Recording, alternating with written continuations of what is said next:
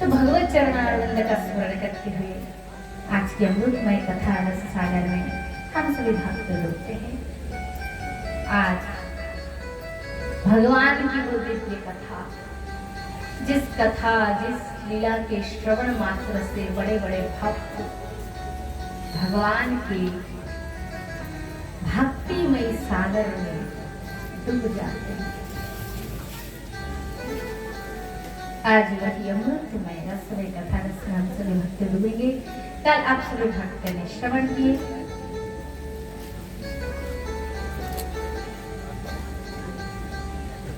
कल आप सभी भक्त ने श्रवण किए भगवान श्री कृष्ण इस प्रकार ब्रज में प्रकट होकर ब्रजवासियों को दिव्य आनंद प्रदान। भगवान जब से ब्रज में प्रकट हुए हैं, ब्रजवासियों की तो आनंद का ठिकाना ही नहीं रहा। तो प्रत्येक दिन गोपाल के नाम में उत्सव करते हैं। दूध दही माखन से इतना ब्रज में उत्सव भय, इतने ब्रजवासियों ने दही माखन को वर्षण किए कि वृंदावन की भूमि दही माखन से स्नात हो गए, भर गए पूरा चारों बार। बड़े सुंदर ब्रज की शोभा हो रही है। सुखदेव मुनि कहते हैं परीक्षित इस प्रकार कुछ दिन निकल गए, भगवान कृष्ण थोड़ा सा हंस भी दे, गोपाल मुस्कुरा दे तो भी उत्सव हो जाता है। और फिर करवड़ बदलते हैं जब बालक प्रथम, तो उसके लिए भी नंद महाराज और माता यशोदा ने उत्सव किए, करवड़ बदलने के उत्सव। सब ब्रजवासियां गोपियां आई, खूब उत्सव है, सब आनंद किए। इस प्रकार धीरे धीरे कुछ समय बदलते गए। गोपाल धीरे धीरे थोड़ा थोड़ा सा बड़ा होते जा रहे हैं। इधर सुखदेव मुनि कहते हैं परीक्षित, मथुरा का राजा कंस ने जब से अष्टभुजा देवी के मुख से ये सुना है कि मुझे मारने वाला अन्यत्र कहीं जन्म ले चुका है, तो कंस की एक सहचरी थी जिसका नाम था पूतना। पूतना को बोले जाओ पूतना तुम नगर गांव घूमो, जहाँ कहीं भी नवजात शिशु जन्म लिया हो वहां जाओ और जाकर जैसे जैसे मार दो। तो पूतना क्या किए, राक्षसी थे, वो अपने स्तन में विष मिला ली और नगर गांव घूमकर छोटे छोटे बच्चों को अपने विषैला दूध पिलाकर उन्हें मारने लगे। सुखदेव मुनि कहते परीक्षित इस प्रकार घूमते घूमते पूतना गोकुल में गई। गोकुल में गई तो पूतना सोच रही, अरे गोकुल की स्त्रियां तो देखने में बड़े सुंदर सुंदर सुशील है, मैं ऐसे पूर्व में जाऊंगी तो वे तो देखकर हमें पहचान जाएंगे। इसीलिए राक्षसी पूतना ने क्या की है, माया से एक दिव्य रूप बना लिया। माया से दिव्य रूप बना लिया और गोकुल में प्रवेश किया। सुखदेव मुनि कहते परीक्षित, पूतना के उस सुंदर रूप को देखकर गोपियां भी मोहित हो गई, आश्चर्य में पड़ गई। गोपियां कहते अरे सखी तुम्हें पता ये कौन है? बोले कौन है? एक सखी कह रही कौन है, तो और एक सखी कह रही है कि मुझको तो ऐसा लगे ये वैकुंठ धाम की स्वामिनी लक्ष्मी जी है, क्योंकि हमारे गोकुल में लाला भयो, तो देवराज इंद्र आए, वरुण आए, कुबेर आए, इंद्र आए, ब्रह्मदेव आए, पर ये लक्ष्मी जी कछु देवियां भी आई है, गंगा आई, यमुना जी आई, सब दर्शन किए, पर ये लक्ष्मी जी कछु कार्य में व्यस्त है गई होंगी, तभी आ नहीं पाई। अब अपने प्रियतम को एकांत में दर्शन करने आई है। इस प्रकार आपस में गोपियां कह रही है और खूब आनंद कर रही है, हंसी कर रहे हैं। गोपियां हंस रहे हैं। इधर पूतना क्या किए, पूतना माया से बना इतने सुंदर रूप, एकदम देविया जैसे रूप बना ली उसने। और अपनी बेड़ी को यूं हिला हिला कर मटक मटक के चल रही है। जो भी देख रहे उसके ओर देखते जा रहे हैं। इस प्रकार धीरे धीरे पूतना क्या किए, नंद महारानी के महल के अंदर गई। जैसे महल के अंदर गई तो नंद रानी भी देखकर मोहित हो गई। नंद रानी ने बोली, हे देवी, कृपया पधारे, आसन ग्रहण करें। पूतना ने बोली, देखो नंद रानी, बात यह है कि मैंने बड़े कठोर तपस्या की है मैंने, और मुझे ब्रह्मदेव से ये वरदान प्राप्त हुई है कि जो कोई भी नवजात शिशु मेरे स्तन का पान करेंगे ना, वो हर दिन के लिए, चिर दिन के लिए अमर हो जाएंगे। तो मुझको जब पता चली कि तुम्हारे घर लाला भयो, तो मैं आशीर्वाद देने आ गई। नंदरानी ने बोली, बहन ये तो बहुत अच्छी बात है, हमारी तो सौभाग्य है, तो हमारे लाला को आशीर्वाद देने आ गई। आ जाओ, विराजो, आसन ग्रहण करो। बढ़िया बिठा दी। और गोपाल और दाऊ जी दोनों भैया पालने में झूल रहे थे। और लल्ला दाऊ जी से इशारा कर रहे, दाऊ देख ले, हमारी मौसी जी आ गई है। तो दाऊ जी कह रहे, कन्हैया मौसी जी तो आई है, पर मौसी जी का मन का भाव तो जानो, ये तुम्हें दुलार करने नहीं आई है, मारने आई है, मारने। कन्हैया दाऊ जी से कह रहे, दाऊ मेरे पास आकर मुझे तो कोई मार नहीं सकता, चलो मौसी जी को थोड़ा मजा चकाते हैं, मौसी जी से थोड़ा मजा लेते हैं। तो ये प्रभु गोपाल है, ये नटखट है, लीलाधारी है, इनका स्वभाव ही लीला करना है ना। अब लल्ला क्या किए, वो तो लल्ला तो चाह रहे हैं जल्दी से मेरी मैया मौसी जी की गोद में मुझे दे दे, हैं? जल्दी से दे दे, तभी तो इनको आनंद आएगा, मजा आएगा, अपनी लीला शुरू करेंगे, हैं? ये नटखटपन आरंभ करेंगे। माँ यशोदा ने भी विचार की, हैं? बहुत सुंदर देवी जी आई है आशीर्वाद देने, चलो इनसे आशीर्वाद प्राप्त करें। तब ने गोपाल को पालना से उठाई और यशोदा मैया ने क्या किए, गोपाल को पूतना के गोद में ले लिया। सुखदेव मुनि कहते हैं, हे परीक्षित, जैसे ही कन्हैया गोपाल पूतना के गोद में गए, तत्काल उसी समय अपने नेत्र को गोपाल ने बंद कर दिया। क्यों बंद कर दिया? क्योंकि साधु महात्मा जन एक एक प्रकार के भाव यहाँ प्रदर्शन करते हैं। कोई संत कहते कि भगवान ने इसलिए नेत्र बंद किए कि नेत्र से नेत्र मिल जाएगा तो फिर तो प्रेम हो जाएगा, फिर लीला कैसे होंगे, इसलिए भगवान ने नेत्र बंद कर दिए। और कोई कोई संत कहते कि लल्ला ने क्यों नेत्र बंद किए, इसीलिए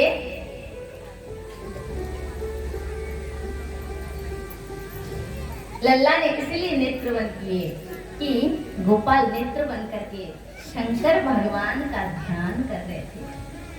भोले बाबा से कह रहे थे, भोले बाबा हमारे मौसी जी आई है, पर यानी तो अपने दूध में विष मिलाकर आई है, तो विष पीने की आदत तो हमें नहीं, तो कृपा आप आ जाए और आप स्तन में लगे विष का पान आप करें, हम तो बस मीठे मीठे दूध ही पान करेंगे। तो इसीलिए लाला नेत्र बंद कर दिए। एक एक संत एक एक प्रकार की सुंदर सुंदर व्याख्या देते हैं। अब महाराज ऐसा हो गया, जैसी लाला ने नेत्र बंद किए कि उसी समय क्या हो गया, पूतना ने धीरे से अपने दूध को गोपाल के मुख में डाल दिए और कन्हैया पूतना के दूध को पान करते करते उसके प्राण को भी पीने लगे। जैसे प्राण को पीने लगा, उनका भारी पीड़ा भागवत जी को चढ़ा।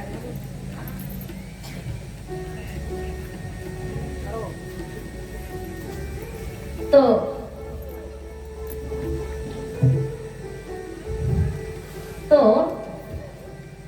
अब ऐसा हो गया,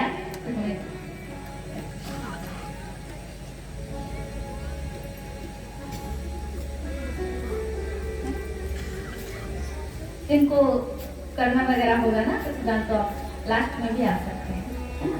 जब लास्ट में भजन होता है ना तभी आइए, बैठ जल्दी से आशीर्वाद ले, चढ़ावा रहेगा तो चढ़ा सकते हैं। तो 4 बार तो सही चल रही है, मैं लीला इधर उधर हो जाती तो हरे शरण।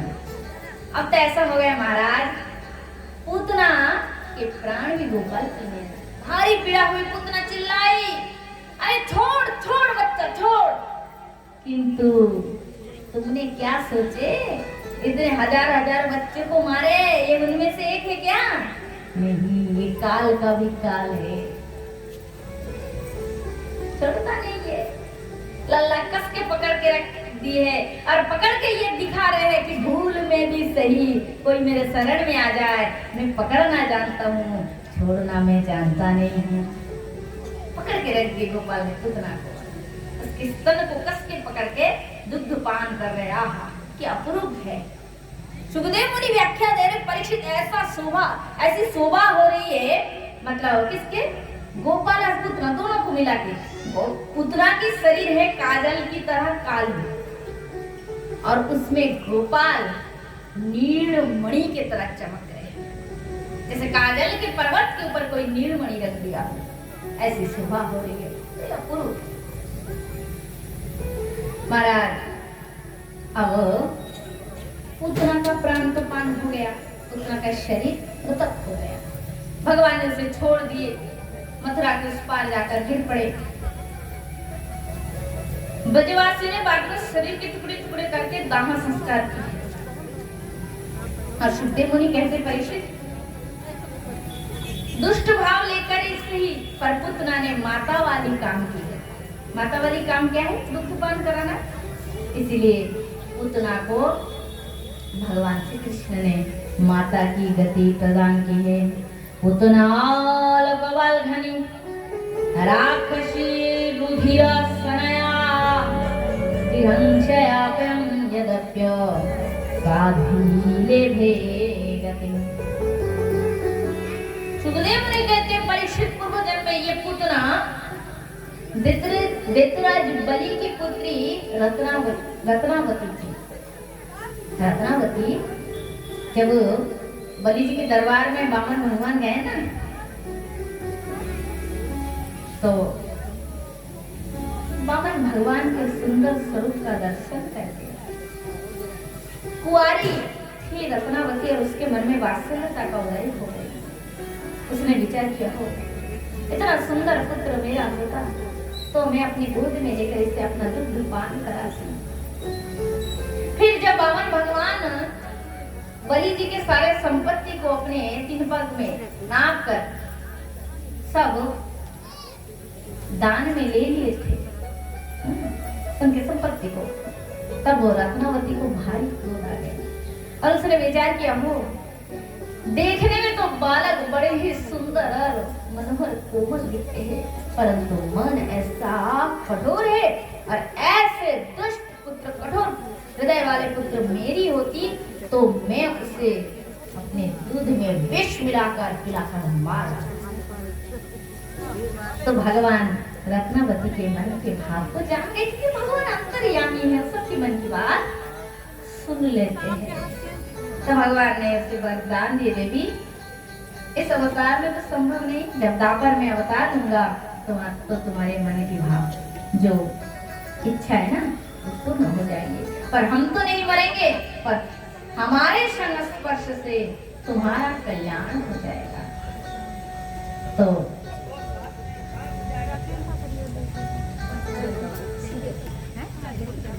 आइए भक्तजन एक भजन गाने लेते हैं, उसके बाद आगे की चर्चा में जाएंगे।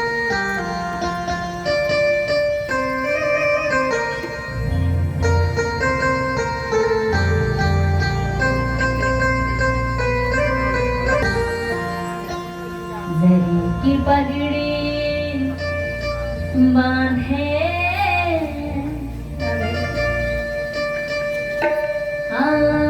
सुंदर आँखों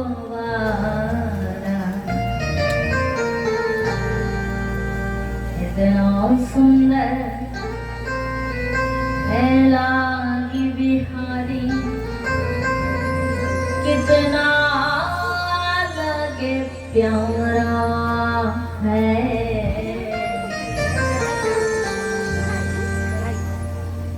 इतना सुंदर है लागे बिहारी, कितना लगे प्यारा।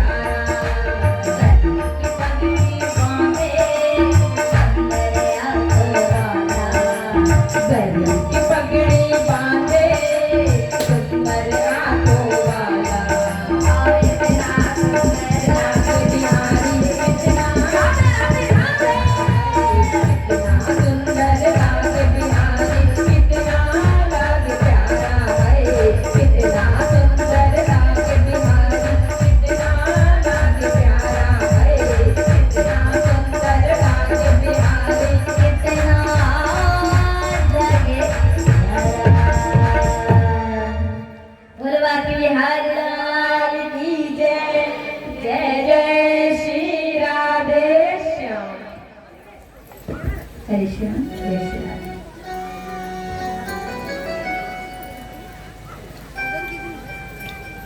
श्री सुखदेव मुनि कहते हैं परीक्षित,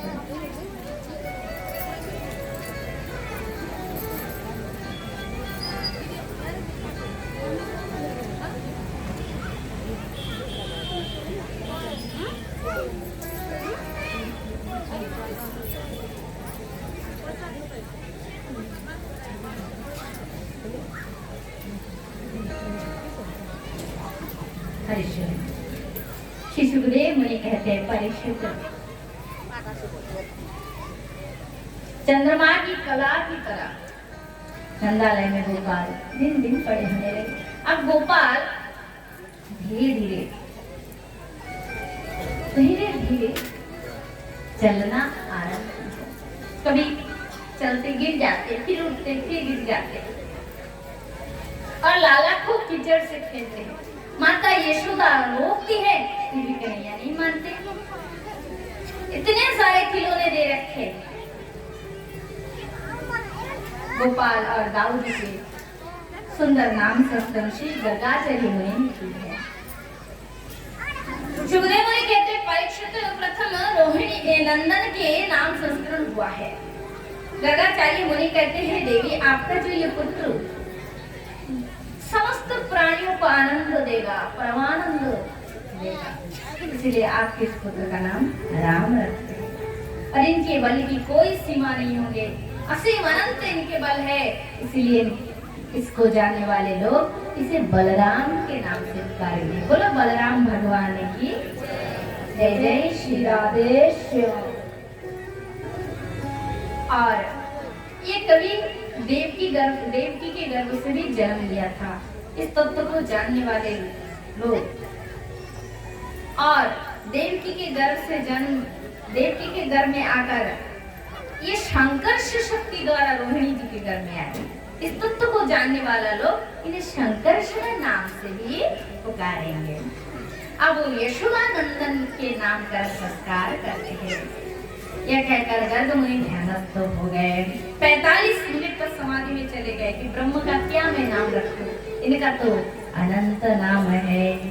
बहुने शंते नामानि रूपाणि जसुतस्ते गुणकर्माणि रूपाणि अन्यहं वेदयो जनः। इनके तो अनंत नाम है, इसके नाम की क्या मैं वर्णन करूं। अनंत नाम है, अनंत रूप है। हे देवी यशोदा आपके पुत्र कभी देवकी के गर्भ से भी जन्म लिया था, वसुदेव के घर में जन्म लिया था। इस तत्व को जानने वाले लोग इन्हें वासुदेव के नाम से पुकारेंगे। और आपके पुत्र प्रत्येक युग में अवतार लेते, कभी पीच रंग में, कभी हरा, कभी लाल, कभी सफेद, और इस द्वापर में ये कृष्ण वर्ण में अवतार लिए, इसलिए हम इनके नाम कृष्ण रखते हैं। बोलिए कृष्णचंद्र भगवान की जय। जय जय श्री राधे श्याम। क्री माने निर्माण वाचक, कृष्ण माने जो मोक्ष का दाता हो उसे कहते कृष्ण, और क्री माने आकर्षणीय, जो भक्तों को अपनी रूप माधुरी से, नाम माधुरी से, प्रेम माधुरी से जीव को अपनी ओर आकर्षण करते हैं, उसे भी कृष्ण कहा जाता है। कर्षति इति कृष्ण। कृष्ण नाम की महिमा दो चार श्री गर्गाचार्य मुनि ने वर्णन की है, और इस प्रकार नाम संस्करण संपूर्ण हुआ। सुखदेव मुनि कहते हैं परीक्षित इसके बाद नंदालय में गोपाल मधुर की मधुर लीला करने लगे। लाला हाथी से, घोड़े से नहीं खेलते हैं। किससे खेलते हैं? कीचड़ों से खेलते हैं। सामने आंगन में कीचड़ है, खेलते हैं। नंदरानी बार बार मना करती है, अल्लाह कीचड़ से खेला नहीं करते हैं, तुम्हारे अंग मलिन हो जाते हैं। लल्ला थोड़ी ना समझते हो, तो खेलने में डूबे है। मैया साफ कर देती है, फिर खेलते हैं। तो एक दिन नंद रानी देखिए कि बार बार लल्ला को मना करने के बाद भी कीचड़ में खेल रहा है, तो मैया नाराज हो गए। नाराज होकर बोली, लल्ला मुझे तो ऐसा लगे कि पूर्व जन्म में शूटर था, तभी तू कीचड़ से ही ज्यादा खेलने में है, तो ये अच्छा लगे, तू पसंद करे, मुझे तो ऐसा लगे तू पूर्व जन्म में शूटर था। तो लल्ला मैया की ओर देखकर हंस पड़े और बोले, मैया तू सत्य ही कह रहा है, क्योंकि मैं पहले बड़ा अवतार ले चुका। बोल भक्त वत्सल भगवान की जय श्री राधे। तो भगवान का बड़ा अवतार पहले हो चुका है। अब जानते हैं बड़ा अवतार की कथा अपने तीसरे दिन में श्रवण की।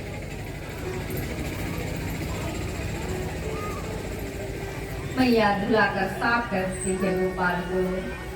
एक दिन सुखदेव मुनि कहते हैं, परीक्षित नंद रानी माखन बना रही थी और गोपाल सो रहे थे। और सुखदेव मुनि कहते हैं, परीक्षित एकदा गृहे दाशिषु यशोदानंद गृहिणी कर्मंत्र नियुक्त निर्मंथ संयम दधी। नंद महाराज के महल में 5000 दास दासियां थी, 5000 नित्य सेवा की, बहुत बड़ा महल था। और जितना भी काम हो सब दास दासियां करती थी, किंतु गोपाल की सेवा नंद रानी किसी के हाथ से नहीं कराती। पुत्र के लिए दूध गरम करना अथवा माखन बनाना, जो भी काम की सेवा थी वो माता यशोदा अपनी स्वयं से करती थी। एक दिन क्या हुआ, मैया माखन बनाई, सुंदर रेशमी वस्त्र पहनी हुई, सिर पे गजरा के फूल हैं, हाथ में सुंदर कलाई में कंकन है और चरणों में नूपुर। मैया जब ऐसे रस्सी को खींचती है ना, तो मैया इधर क्या है, गोपाल की नाम की कीर्तन कर रही, गुण गाथा गा रही है मैया उसके गोपाल की, और उसी ताल ताल में कलाई के कंकन बज रहे हैं, कुंडल की ध्वनि हो रही सुंदर, और इधर गजरे में सिर पे गजरे का फूल है, पुष्प है। और इस प्रकार मैया रस्सी खींच रही है, माखन बना रही है और कृष्ण की गुणगान करती है। तो सुखदेव मुनि कहते हैं, परीक्षित जब जीव के मन इंद्रिया पूर्ण रूप में परमात्मा की सेवा में संलग्न हो जाते हैं, तो सोया हुआ गोपाल अपने आप जग उठता है। भगवान कब जगता है आपकी भक्ति से, जब आपका मन इंद्रिय सब भक्ति में डूब जाए। नंद रानी की समस्त इंद्रिया मन भक्ति में डूब गई, तो लाला तो सो रहा था, नींद में थे, तो जग गए और आकर क्या किया, मथानी जो है ना, माखन को मथे, उस मथानी को पकड़ और लल्ला छोटा, अभी गोपाल के सोचो अब 2 वर्ष ही होंगे, चलते हैं, अभी भी चलना सीखे वैसे। तो मथानी पकड़ लिया लल्ला और मैया से इशारा, मतलब ऐसे लिखे है, मैया से कुछ नहीं कह रहे, मतलब इशारा कर रहे हैं, मैया मुझे दूध पीना है।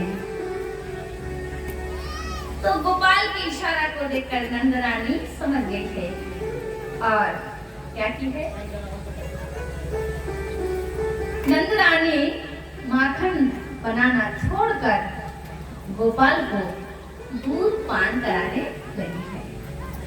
इधर नंद रानी चूल्ही में दूध गर्म कर रही थी, उन्होंने देखा कि दूध में उफान आए हुए, सब दूध नष्ट हो गए।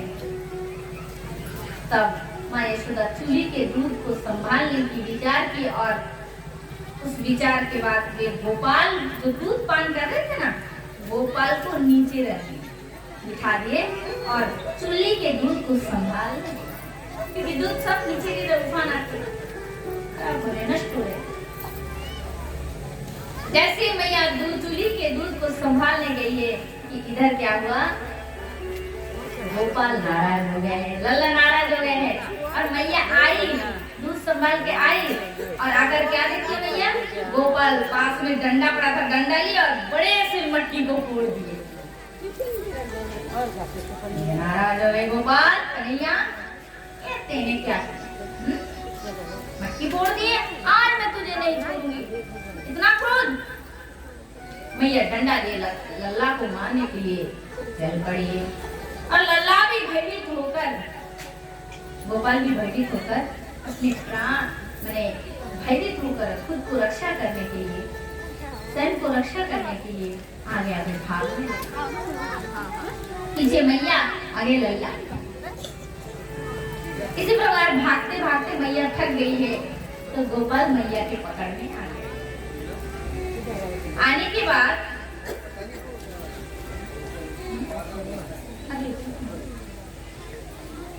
बाद क्या हुआ, लाने के बाद फिर क्या हुआ, मैया लल्ला को पकड़ लिए और पकड़ कर बोले लल्ला चल। गोपाल आ रहे, माखन से गोपाल एक बार ताली से छोटा हो जाए।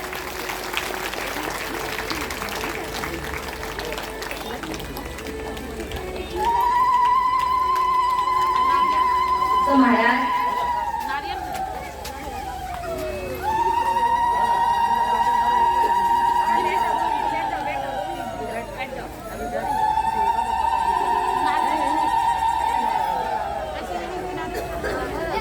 तो नंद रानी लल्ला को क्या रस्सी से बांधने की विचार की, क्योंकि इसको छोड़ेंगे तो पता नहीं क्या फिर ये शरारत करते रहेंगे। तो मैया बांधने के लिए रस्सी लिए पर हर बार दो उंगली कम पड़ जाते हैं। ये ब्रह्म और जीव में दो उंगली का भेद है। ये जीव के अभिमान है, अहंता है कि मैं बांधूंगी। इस बांधूंगी के विचार से दो उंगली रस्सी कम पड़ गए और यशोदा देवी गोपाल को बांध ही नहीं पा रहे। तब दुष्टा परिश्रम कृष्ण को पाए शिष्य बंधने। उसी समय क्या हो गया, माँ को गोपाल को दया आ गया, वो नन्हा गोपाल माता यशोदा के बंधन को स्वीकार किए और इस प्रकार बंधन को स्वीकार करके वे अम्लार्जुन वृक्ष का उद्धार किए। सुखदेव मुनि कहते परीक्षित गोपाल नंद रानी के महल में माखन चुराते, पर गोपाल विचार करते हैं कि ब्रज में हजारों ऐसी गोपियां जो मुझे पुत्र रूप में प्राप्त करने के लिए पूर्व जन्म में बहुत कठोर तपस्या की है, तो उनको भी माता का सुखदान करने के लिए कन्हैया क्या कर रहे हैं, अब अपने घर में नहीं बल्कि गोपियों के घर घर जा जाकर माखन चुराने लगे।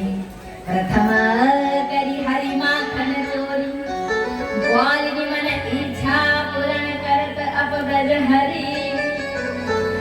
मन में विचार करत हरि, ब्रज घर घर सब जाओ।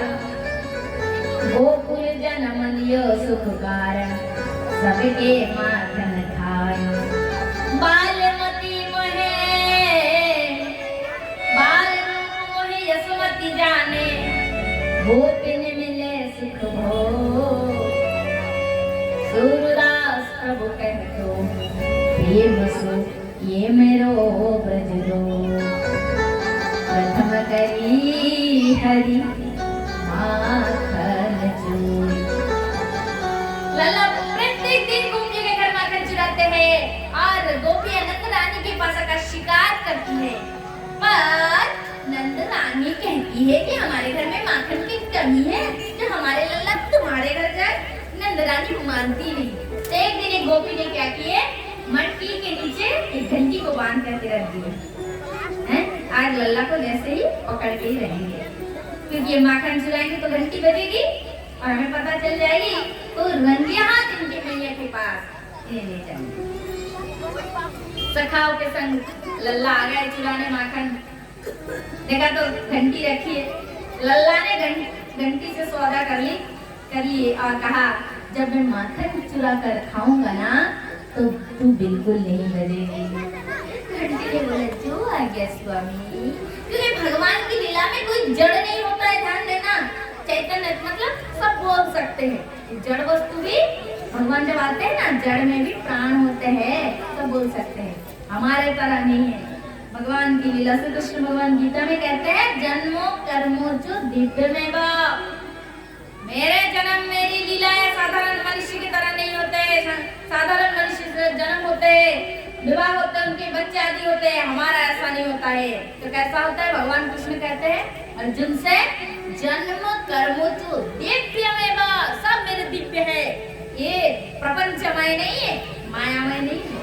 इसलिए भगवान की लीला में कुछ भी असंभव नहीं, सब संभव है ना। इसलिए संशय बिल्कुल नहीं करना। तो घंटी ने बोली, क्या बोली? जो है क्या? अब तो सखाए के कान पे चढ़कर कन्हैया माखन चुराने लगे।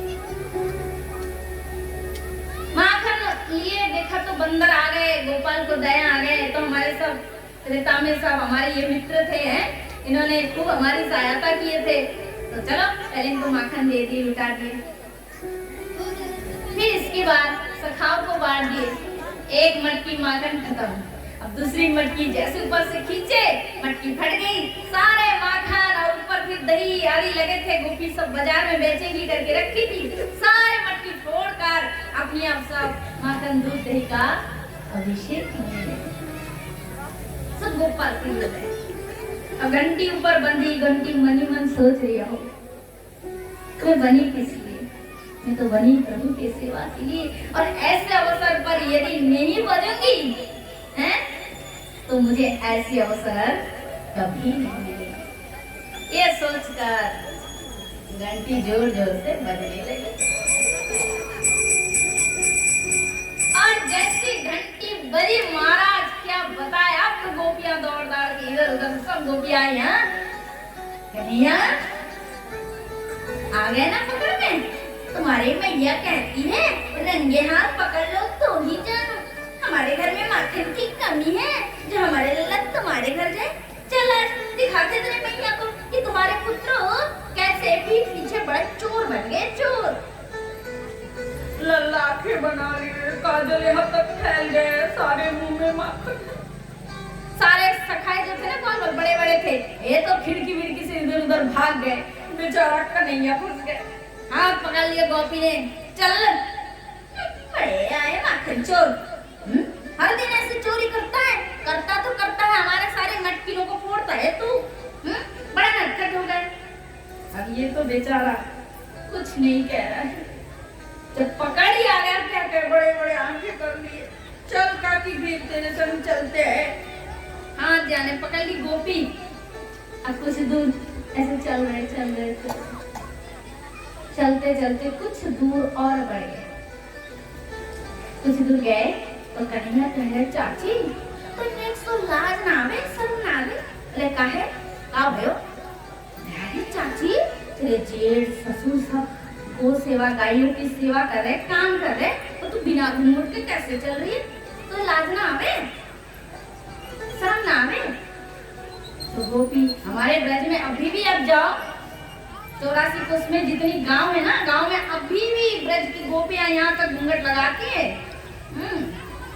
यहाँ तक आजकल तो घूंघट, हाँ चलो गाँवों में फिर भी लगाते हैं, शहरों में तो बिल्कुल नहीं लगाते हैं। बाकी हमारे वृंदावन में, आप गांव में चलो, बेलवन में जितने गांव है अंदर अंदर 84 कोस में, यहाँ तक घूंघट अभी लगाए गोपियां। और जैसे हंस पड़ोगे ना, हंस दोगे ना, तो अनजान होने से आपसे इतने प्रेम से व्यवहार करेंगे, बात करेंगे ना, ब्रजवासियों का मन बहुत सरल होते हैं। अरे सरल होते हैं तभी तो इनके भगवान आए थे। तो गोपी ने देखी सच में मेरे बुजुर्ग सब इधर उधर कईयों की सेवा कर रहे, कई कूड़ा दे, तो घास दे रहे, कभी वो चारा खिला रहे हैं। तो गोपी क्या किया, तत्काल घूंघट लगा ली है। चल कोई बात नहीं, फिर कन्हैया को लेके चल रहे। चलते चलते अब तो एक मोड़ आ रहा है, उस मोड़ को जैसे घूमेंगे ना, फिर नंद महाराज का महल है, और लल्ला देख रहे हैं फंस गए, मैया का घर, हमारा घर आ रहे। अब तो गोपी ले जाएगी चाची और मैं फंसा देंगी, इसके पूर्व में कुछ तो करना ही है। पर करे क्या, पर ये तो है नटखट, इनसे बढ़कर चतुर ना है कोई। सुंदर एक युक्ति दिमाग में आ गए, रच गए जाके मन में। तो लल्ला ने क्या किए, लल्ला थोड़ा सा ऐसे रोने का नाटक कर रहे, कह रहे चाची रुक जा। तो वो भी कह रहे कहाँ रे? लल्ला क्या हो गया? चाची गोपी तने इतने जोर से मारो, हाथ पकड़ के रखी मेरो मारो कोमल हाथ, तो पता ना है मैं कितने दर्द है रे। तो चाची तो एक काम कर, मारो इस हाथ को, दाएं हाथ को छोड़कर तो बाएं हाथ को पकड़ ले। गोपी तो वैसे तो गोपाल को बहुत प्रेम करती है, इसका मन प्रेम से भर गया है। मेरी हाथ इतनी कठोर है, मैं लल्ला को कन्हैया को इतने जोर से पकड़ ली, ना जाने कितना दर्द हो रहा है इसको। तो गोपी प्रेम भाव में आ गई और उसने कहा ठीक है आ जा। फिर जब गोपी के दाएं हाथ, लल्ला के दाएं हाथ छोड़कर गोपी बाएं हाथ पकड़ने वाली थी, इतने में कन्हैया ने क्या किया, वो तो इतने बड़े घूंघट लगाए रखी है गोपी, तो लल्ला ने क्या किया, इस गोपी के पुत्र को बुला लिया, सारे से इधर आ, वो आ गए और उसकी माँ के हाथ में उसका हाथ डालकर ये लल्ला चंपट सीधा अपने घर चले गए। मैया के पास बोले मैया तुमको पता है सुबह से कितनी गैया चराया है, चार डाले गैयों को, घास खिलाए मैया, तेरा छोटा सा लल्ला हो तो का भयो, कितना काम करते कितना सेवा करते हैं, तो को ना पतो। सुबह से मैंने खबर ली तेरे पुत्र कुछ खाए होंगे भी नहीं। मैया बोले हाय रे दैया, जब तक आपको कछु ना दो ना, ये तो चुप ही ना रहेंगे, मुंह बंद ना करेंगे। माखन दही और पूरी और सब्जी ला के ले पुत्र लल्ला आराम से पाते रहे, तब तक मैं कुछ और कार्य करूँ, कुछ काम करूँ, क्योंकि नंद महारानी है ये, वैसे घर में तो उनकी काम रहती है ना, सुबह काम रहती है, ये व्यस्त हो गया। इतने में वो गोपी आई, उस गोपी का नाम थी प्रभावती। गोपी आई और बोले अरे ओ यशोदा, अरे ओ नंद रानी, कहाँ गई है तू? हर दिन कहती है नंगे हाथ पकड़ लाओ तो ही जानू, ले देख ले अपने चोर पुत्र को, कैसे हमारे घर में घुसकर माखन तो माखन खाए, यहाँ सारे मटकियों को भी फोड़ दिए। अब जैसे जोर जोर से चिल्ला रही थी ना, तो शोर शराबा हुई, मैया के कान में पड़ी। मैया सोची कौन है, सुबह सुबह कौन आ गए, तो मैया भी घर से निकल आई और देखी तो ये पड़ोसी गोपी चिल्ला रही है।